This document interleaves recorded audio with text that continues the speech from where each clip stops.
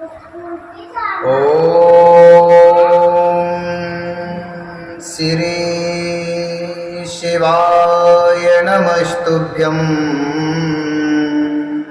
ओम श्री शिवाय नमस्तुभ्यं। ओम श्री शांब शिवाय नमः। ओम श्री शांब शिवाय नमः। ओम श्री गणेशाय नमः। ओम श्री गणेशाय नमः।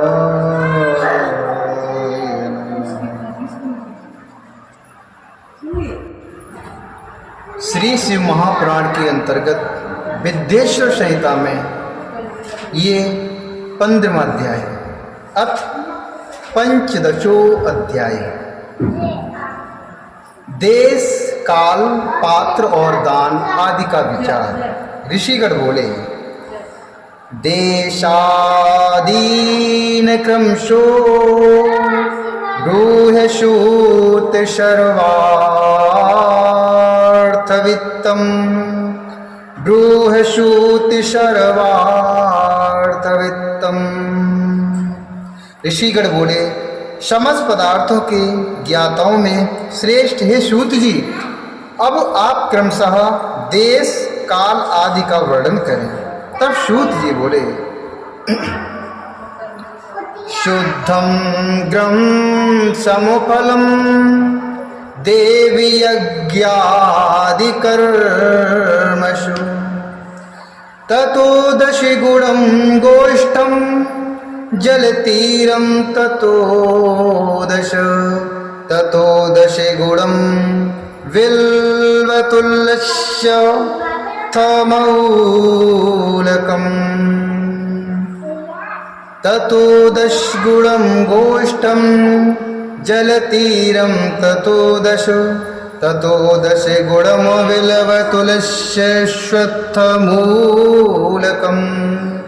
सूत जी बोले, हे महर्षियों, देव यज्ञ आदि कर्मों में अपना शुद्ध ग्रह समान फल देने वाला होता है, अर्थात अपने घर में किए हुए देव यज्ञ आदि शास्त्रोक्त कर्म फल को सम मात्रा में देने वाले होते हैं।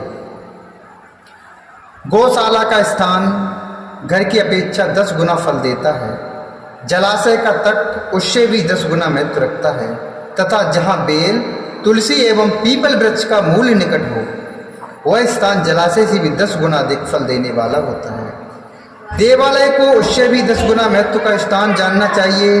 तीर्थ भूमि का तट देवालय से भी 10 गुना महत्व रखता है और उससे 10 गुना श्रेष्ठ है नदी का किनारा। उससे 10 गुना उत्कृष्ट है तीर्थ नदी का तट और उससे भी 10 गुना महत्व रखता है सप्तगंगा नामक नदियों का तीर्थ। गंगा, गोदावरी, कावेरी, ताम्रपर्णी, सिंधुसरी और नर्मदा, इन 7 नदियों को सप्तगंगा कहा गया है। समुद्र के तट का स्थान इनसे भी 10 गुना अधिक पवित्र माना गया है और पर्वत के शिखर का प्रदेश समुद्र तट से भी 10 गुना पावन है।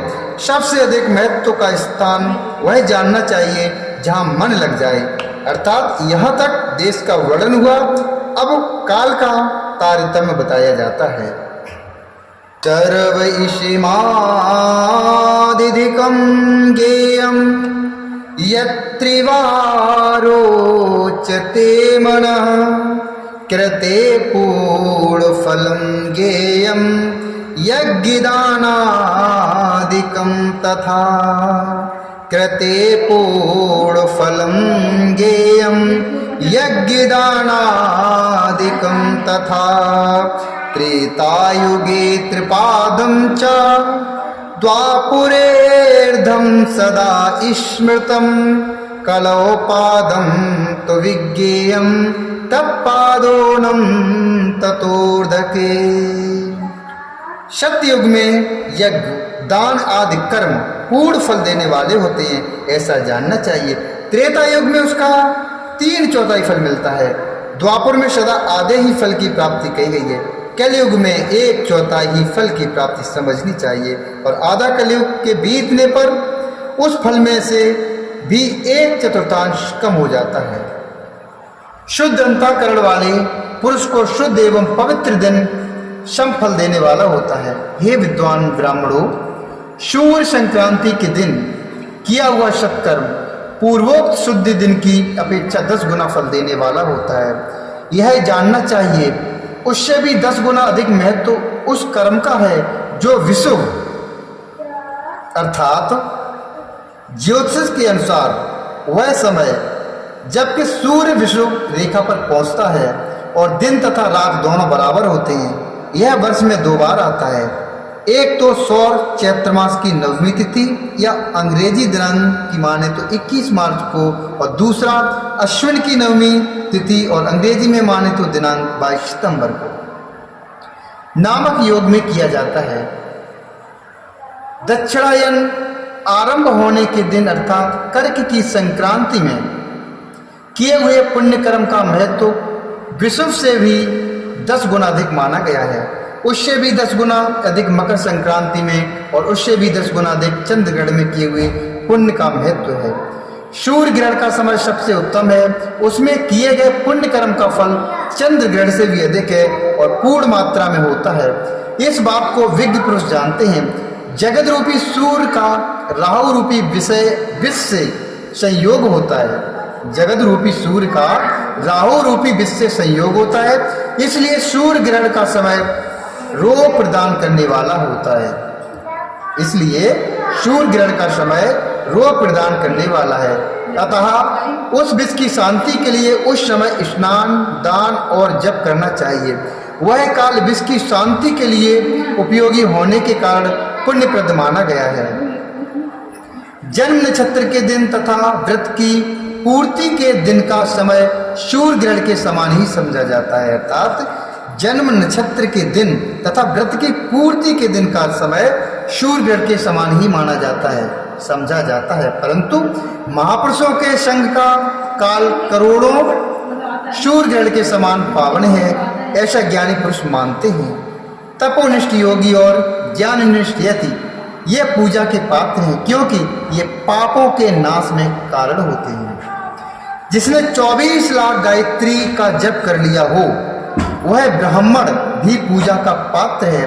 उसका पूजन संपूर्ण फलों और भोगों को देने में समर्थ है। जो पतन से त्राण करता अर्थात नरक में गिरने से बचाता है, जो पतन से त्राण करता अर्थात नरक में गिरने से बचाता है, उसके लिए इसी गुण के कारण शास्त्र में पात्र शब्द का प्रयोग होता है। वह दाता को पाप से त्राण प्रदान करने के कारण पात्र कहलाता है।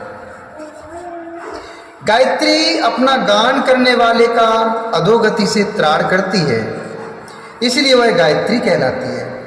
जैसे इस लोक में जो धनहीन है वह दूसरे को धन नहीं दे सकता, जो यह धनवान है वही दूसरे को धन दे सकता है, वही समर्थ है। उसी तरह जो स्वयं शुद्ध और पवित्र आत्मा है वही दूसरे मनुष्यों का त्राण या उद्धार कर सकता है। जो गायत्री का जप करके शुद्ध हो गया है वही शुद्ध ब्राह्मण कहा जाता है।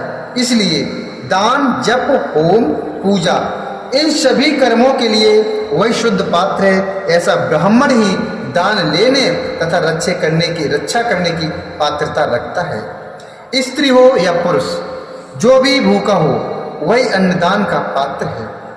श्रेष्ठ ब्राह्मण को समय पर बुलाकर उसे धन अथवा उत्तम वाणी से संतुष्ट करना चाहिए। इससे अभीष्ट फल की प्राप्ति होती है। जिसको जिस वस्तु की इच्छा हो उसे वही वस्तु बिना मांगे ही दे दी जाए तो दाता को उस दान का पूरा फल प्राप्त होता है। ऐसे महर्षियों की मान्यता है, जो याचना करने के बाद दिया गया हो वह दान आधा ही फल देने वाला बताया गया है। अपने सेवक को दिया हुआ दान 1/4 फल देने वाला कहा गया है। हे विप्रवरों, जो जाति मात्र से ब्राह्मण है और दीनतापूर्ण वृत्ति से जीवन बिताता है, उसे दिया हुआ दान धन का दाता को इस भूतल पर 10 वर्षों तक भोग प्रदान करने वाला होता है। अर्थात उसे दिया हुआ धन का दान दाता को इस भूतल पर 10 वर्षों तक भोग प्रदान करने वाला होता है।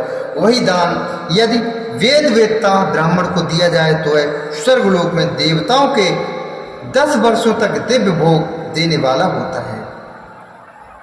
गायत्री जापक ब्राह्मण को दान देने से सत्यलोक में 10 वर्षों तक पुण्य भोग प्राप्त होता है।